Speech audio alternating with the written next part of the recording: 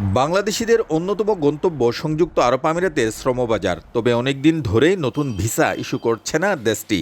এবার এই সংকট কাটতে যাচ্ছে। দুবাইতে বাংলাদেশ কমিউনিটির উদ্যোগে রাষ্ট্রদূত সাংবাদিক মুশফিকুল ফজল আনসারীকে দিয়া সংবর্ধনা অনুষ্ঠানে যোগ দেন বাংলাদেশে নিযুক্ত আমিরাতের রাষ্ট্রদূত আবদুল্লাহ আলী আবদুল্লাহ আল খাশফি আল Hamudi.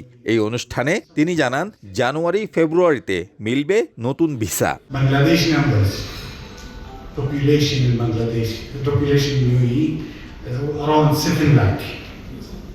Now it's 1.2. Am I right? Within 4 years, 1.2. It's a huge number. It used to be third, now it's second. রাজনৈতিক ইস্যুতে ভিসা বন্ধ হয়নি।